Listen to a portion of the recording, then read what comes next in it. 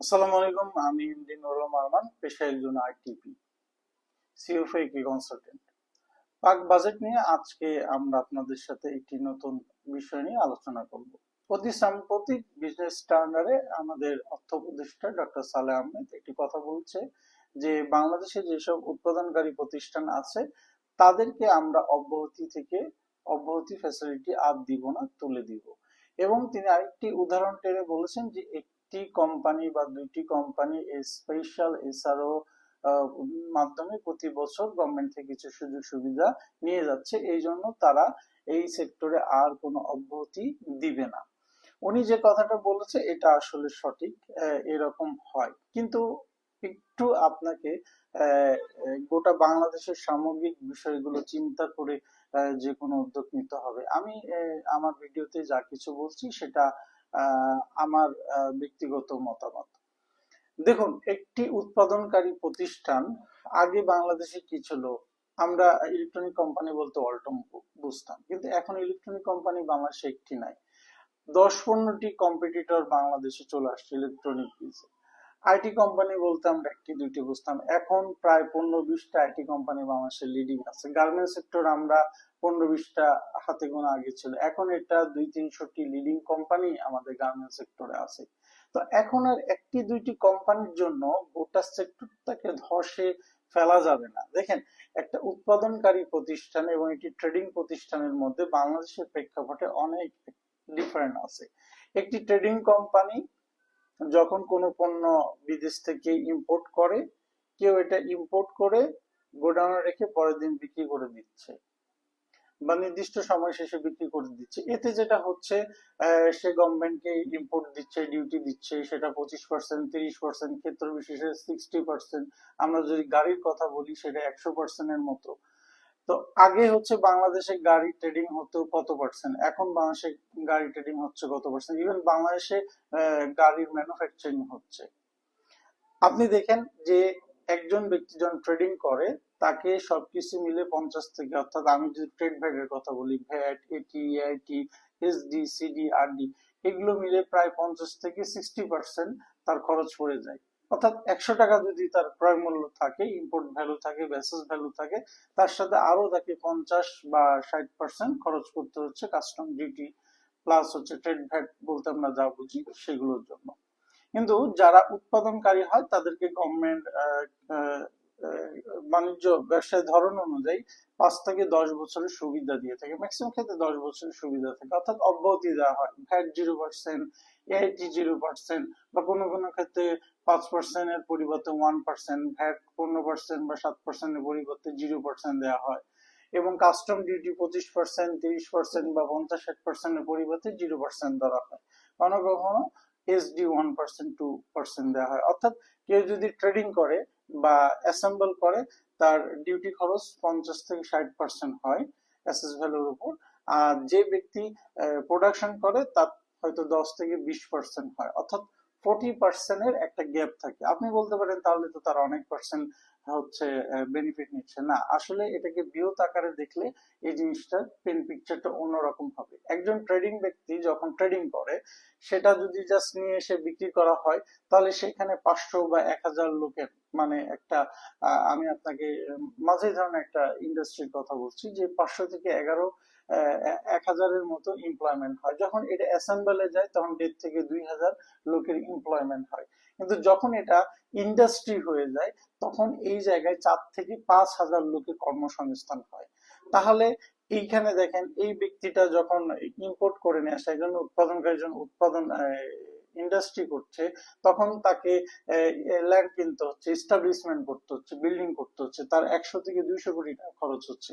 তাকে বাইরে থেকে মেশিন নিয়ে আসতে হচ্ছে, সেখানে তার 200 থেকে 300, অর্থাৎ আপনি একটা ইন্ডাস্ট্রি করতে গেলে আপনাকে মিনিমাম 300 থেকে 500 কোটি টাকা ইনভেস্ট করতে হবে। তার মানে ওই ব্যক্তি কি করতে হবে? ব্যাংক লোন নিতে হবে। তো ব্যাংক লোন নিতে হলে তাকে 14.5% ইন্টারেস্ট দিতে হবে। সে যদি কাস্টমে এত ডিউটি দিয়ে, সে এত রিস্ক নিয়ে 500 কোটি টাকা দিয়ে একটা ইন্ডাস্ট্রি করে, এবং শুধু ইন্ডাস্ট্রি করে 5,000 লোকে কর্মসংস্থান দিচ্ছেন একটা উৎপাদনকারী প্রতিষ্ঠান। এর সাথে অর্থাৎ সে যে প্রোডাক্ট ইম্পোর্ট করছে, অনেক প্রোডাক্ট আছে, আমি যখন বিদেশ থেকে পণ্য উৎপাদন করব, এটার প্যাকিং আছে, এটার হচ্ছে আহ, ছোটখাটো স্পেয়ার পার্টস এর প্রয়োজন হতে পারে, র মেটেরিয়ালের প্রয়োজন হতে পারে, যেটার জন্য আমি বাইরে থেকে ইম্পোর্ট করার প্রয়োজন নেই। আমি দেশ থেকে এগুলো হচ্ছে পারচেস করতে পারি, আমি লোকালি পারচেস করতে পারি, কারণ আমার লোকালি যে অ্যাডিশন সেটা ম্যাক্সিমাম যারা ইন্ডাস্ট্রি তাদের 30 থেকে 40% লোকালি পারচেস থাকে। তার মানে তার অ্যাডিশন, যেটা ভ্যাটের ভাষায় আমরা বলে থাকি মূল্য সংযোজন, তো সেই পরিমাণ তাকে প্রোডাক্ট বাংলাদেশ থেকে ক্রয় করতে হচ্ছে। অর্থাৎ আমি যখন 40% একটা ইন্ডাস্ট্রি দিব, 40% পণ্য লোকালি পারচেস করবো, তাহলে লোকালি আমার এই 40% ফ্যাক্টরি আমাকে দেখে দেখে সেও গ্রোথ হচ্ছে। সেই সব কোম্পানিগুলোতে আপনার ব্যাকওয়ার্ড কোম্পানিগুলোতে কর্মসংস্থান হচ্ছে। এইভাবে একটা ইন্ডাস্ট্রি একা গড়ে ওঠে না। একটা ইন্ডাস্ট্রি মানে 500-1000 কোটি টাকা, এবং সে 5 থেকে 10 হাজার জন প্রত্যক্ষ পরোক্ষ ভাবে সে এমপ্লয়মেন্ট করে, এবং অনেক কোম্পানিতে ফরেন ইনভেস্টমেন্ট আসে। ফরেন ব্র্যান্ড বাংলাদেশে ব্র্যান্ড ভ্যালু দিয়ে তার ইনভেস্টমেন্ট করে, কেউ ডাইরেক্ট আসে। তাহলে একটা ইন্ডাস্ট্রিতে যদি আপনি বলেন, প্রথমে বলেন যে আমি 10 বছর তোমাকে ফ্যাসিলিটি দিব, কর অব্যাহতি দিব, তাহলে এরপরে আপনি 2 বছর 3 বছর পরে যদি বলেন যে আমি তোমার অব্যাহতি বন্ধ করে দিলাম, তাহলে এই ইন্ডাস্ট্রি গুলো কোথায় যাবে? ব্যবসা করা মানেই তো আজকে আমি ব্যবসা প্রোডাকশন করলাম, কালকে আমি প্রফিট করতে পারবো না, এটা কখনোই সম্ভব না। একটা প্রতিষ্ঠানকে ইনভেস্ট করে টাকাটা তুলে ব্যাংক ইন্টারেস্ট দেয়া, এতগুলো এমপ্লয়িকে চালানো, মেশিনের টাকা যে ইনভেস্ট আছে সেগুলো তুলে প্রফিটেবল যেতে একটা প্রতিষ্ঠানকে 5 থেকে কখনো কখনো 10 বছরও লেগে যায়। তাহলে আমরা যদি এদের উপর 27.5% ট্যাক্স ইম্পোজ করি, ট্রেড যারা করে তাদের মতো এদেরকে যদি আমরা সিডিআর ডিএসডি করে দিই, ভ্যাট ট্যাক্স অব্যাহতি বন্ধ করে দিই, তাহলে কি এরা বেঁচে থাকতে পারবে? এত লোকের কর্মসংস্থান হবে? আপনার 5,000 জনের মধ্যে আপনার একটা কোম্পানি যদি 500 কোটি টাকা ইনভেস্ট করে, তাহলে তার টার্ন ওভার অবভিয়াসলি 1 থেকে 2 হাজার কোটি টাকা হবে। এখানে গভর্নমেন্ট প্রত্যেকটা খরচের জন্য তার টিডিএস পাচ্ছে, বিডিএস পাচ্ছে, কর্পোরেট ট্যাক্স পাচ্ছে। সে গভর্নমেন্ট যখন ইম্পোর্ট করে নিয়ে আসছে, সে যদি 1,000 কোটি টাকা ইম্পোর্ট করে, তাহলে অবশ্যই সে 60% বা 70% তার ইম্পোর্ট আছে। সে ইম্পোর্ট করতে গেলে সে হচ্ছে এখানে 50 থেকে 60% এআইটি ভ্যাট সিডিআর দিয়ে দিচ্ছে, তাহলে সে তো গভর্নমেন্টকে দিচ্ছেই। এবং আপনি দেখেন একজন ব্যক্তি বা একটা কোম্পানি ইআইটি এবং এটি যেটা দিচ্ছে সেটা গভর্নমেন্ট থেকে রিফান্ড নিতে পারছে না। কেন? কারণ গভর্নমেন্ট এখন রিফান্ড বন্ধ করে রাখছে। তাহলে সে যদি এটি রিফান্ড নিতে যাচ্ছে, তাকে 2টা 3টা 4টা ইনস্টলমেন্টে এটির টাকা ফেরত দেওয়া হচ্ছে, বা কেউ কেউ পাচ্ছেও না, বা অনেকে জানেও না বিষয়গুলো। তো তাহলে একটা একটা ইনস্টলমেন্ট দেওয়ার পরে পরবর্তীতে তারা বলছে তোমরা অ্যাডজাস্ট করো, তাহলে কেউ কেউ 3 বছর 4 বছর এটা অ্যাডজাস্ট করছে, তাহলে এটা কি তাদের ক্ষতি না? সে 4 বছর টাকাটা ধরে রাখছে, এবং এআইটি রিফান্ড গভর্নমেন্ট বন্ধ করে দিয়েছে ইন্টারিম গভর্নমেন্ট আসার পরে, তাহলে এই টাকাটা তো তার খরচ হয়ে গেল। তার তো এটা গভর্নমেন্ট থেকে পাও না, সে তো অ্যাডভান্স দিয়ে দিচ্ছে। তাহলে এই টাকা যদি গভর্নমেন্ট না দেয়, তা আলটিমেটলি এটা তো তার খরচ। তাহলে তো সে এটাকে হচ্ছে অ্যাডজাস্ট যদি না করতে পারে, তাহলে সে তো প্রোডাক্টের উপর এটা খরচ হিসেবে ইমপ্লিকেশন করবে।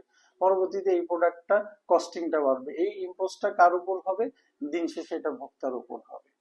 তাই দেখুন, আমাদের উচিত বাংলাদেশকে যদি বাঁচাতে হয়, বাংলাদেশের ইন্ডাস্ট্রি গার্মেন্টস সেক্টর কে যদি বাঁচাতে হয়, আমাদেরকে অবভিয়াসলি উৎপাদনকারী প্রতিষ্ঠানকে সাপোর্ট দিতে হবে। এদের থেকে আমরা কর্পোরেট ট্যাক্স পাচ্ছি, সিডিআর ডিএসডি পাচ্ছি, যেগুলো আমরা একটা প্রতিষ্ঠান ইম্পোর্ট করার সময় অ্যাডভান্স নিয়ে নিতে পারি। এবং এইসব প্রতিষ্ঠানে যারা কাজ করছে তাদের এমপ্লয়মেন্ট হচ্ছে, একজন ব্যক্তি এমপ্লয়মেন্ট হলে তার ফ্যামিলি 5 জন বা 6 জন মেম্বার এখান থেকে সার্ভাইভ করতে পারছে।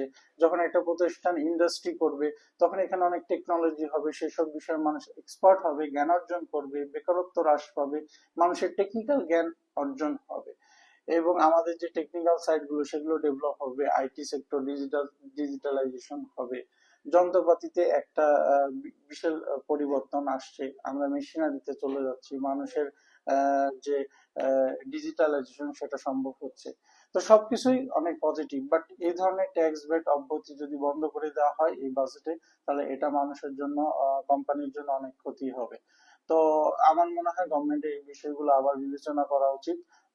বাংলাদেশের যারা ব্যবসায়ী সংগঠন আছেন এদের বিসিসিআই এর মাধ্যমে এনবিআর এর সাথে বসা উচিত, এইসব বিষয়ে আসলে কথা বলা উচিত। না হলে বাংলাদেশে পরবর্তীতে ইনভেস্ট নিয়ে আসা এবং হচ্ছে সার্ভাইভ করা অনেক কষ্ট হয়ে যাবে। তো আজকে এই পর্যন্ত। সে পর্যন্ত ভালো থাকুন, সুস্থ থাকুন। পরবর্তীতে আমরা আবার নতুন কোনো বাজেট রিলেটেড কোনো বিষয় নিয়ে আমরা আপনাদের সাথে আবার আসবো। তো সে পর্যন্ত ভালো থাকুন।